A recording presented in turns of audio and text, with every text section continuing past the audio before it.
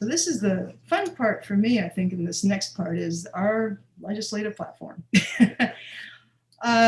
We actually have a legislative platform page on our website. It's actually looks like it's under the Move Over for People icon. But we do support statutory provisions for the benefit of cyclists. And I'm a big fan of Schoolhouse Rock. And I can tell you that that is so true. It is so much harder than anybody makes it sound. And I say that as somebody who's been in Tallahassee trial by fire, took this job about 6 years ago. And within the first 4 months, I was facing a legislative bill that was going to dissolve FBA from the share the road license tag proceeds. So I quickly had to be familiar with how to talk to legislators and how to get a bill killed. But not this bill, he's a bike bill, we want him to live. So a little bit of history with our platform.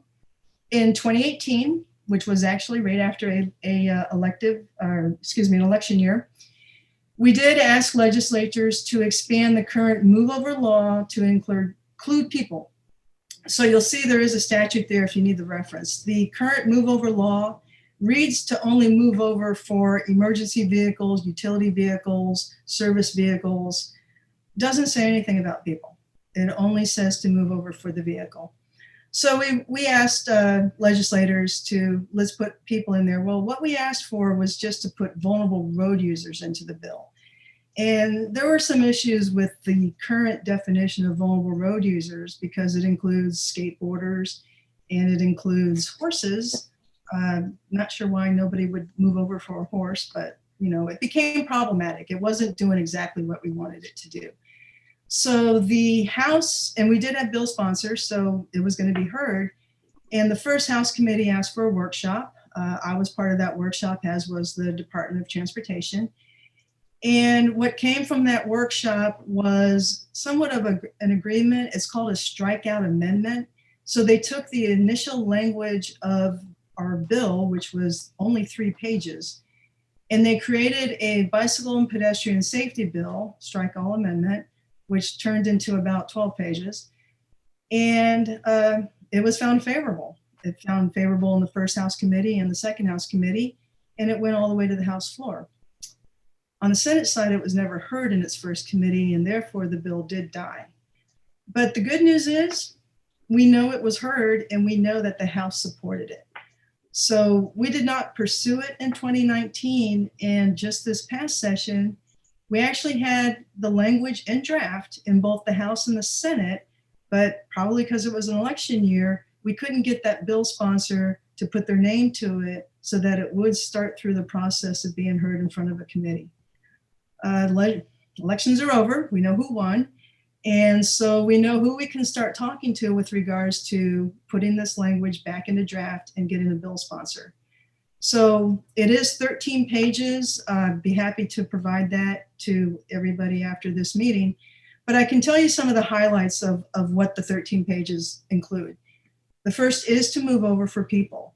So it just reads that if you're overtaking a bicycle, pedestrian, or a non-motorized vehicle, to move over, vacate the lane, slow down, whatever it is, whatever that reads into the current move over law, we just wanted to put bicycle, pedestrian, non-motorized into it. And then one of the other parts of this bill is to exempt motorists and no passing zones to pass cyclists. This is referred to as allowing motorists to cross the double yellow line to pass a cyclist.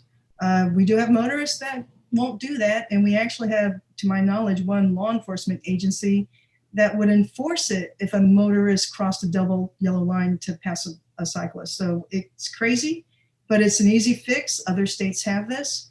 So we pretty much got that language and put it into this bill. Another highlight is grips through stops. So this is not what cyclists know as the Idaho stop. The Idaho stop is generally allowing cyclists to treat a stop sign like a yield sign, maybe even treating a red traffic light like a stop sign. That's not what this is. This is actually just allowing a group of cyclists, once stopped at a stop sign, to go through as a group. I think it's up, 10 or less. I know it doesn't sound like much. It's not the Idaho stop, but the good news is this actually passed the House. So this has some potential of getting groups through stop signs instead of individually and not breaking the law. And then this last one, again, not a lot of cyclists, general cyclists would know the importance of this particular piece, educational awareness. So as an example, the 3-foot passing law that Florida has did not have this particular language in the bill. And if it had this particular language in the bill, you would have seen advertising for the 3-foot passing law. You would have seen it on message boards. You would have seen maybe even separate boards in certain areas that said, must give cyclists 3 feet. So if you're familiar with the move over law, you've probably seen bills, boards or signs that say the move over law. It's because there's an educational awareness component within the bill.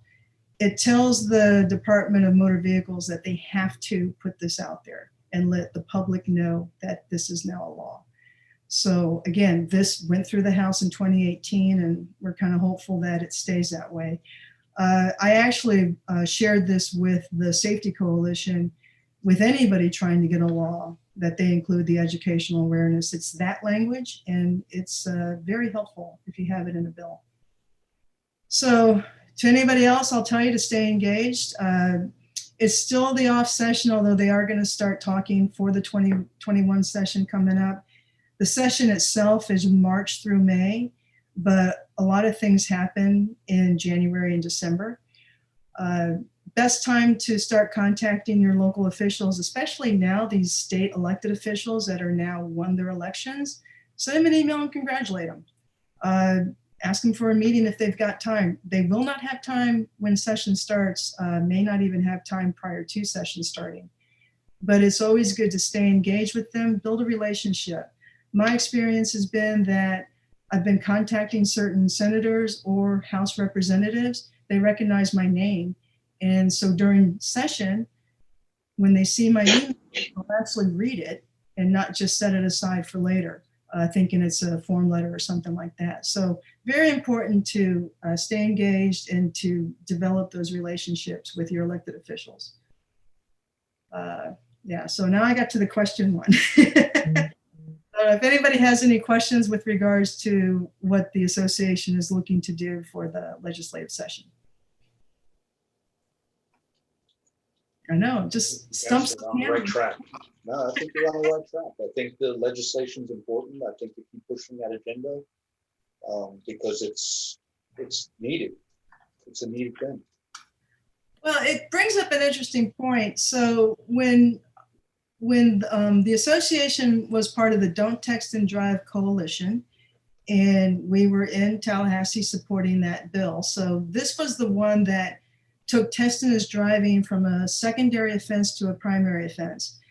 Oddly enough, I was getting some pushback from cyclists who, it's not a strong enough bill, it should be hands-free, whatever.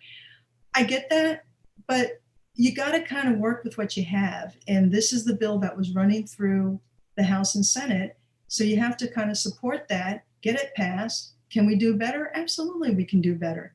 But you do this in steps. And so I'll go back to my earlier statement of cyclists need to come together. There was nothing wrong with that bill. It wasn't strong enough, but it was better than what we had. And I think if all the cyclists got into that, in that mindset of, is this better than what we have? Yes, we support this. Keep moving it. Everything is a progression. And so this is where it starts. It starts with relationship building. It starts with being somebody you can work with. And then you just start working on the things you need to be working on. So I share that. I know it's a small audience. Please put that out there.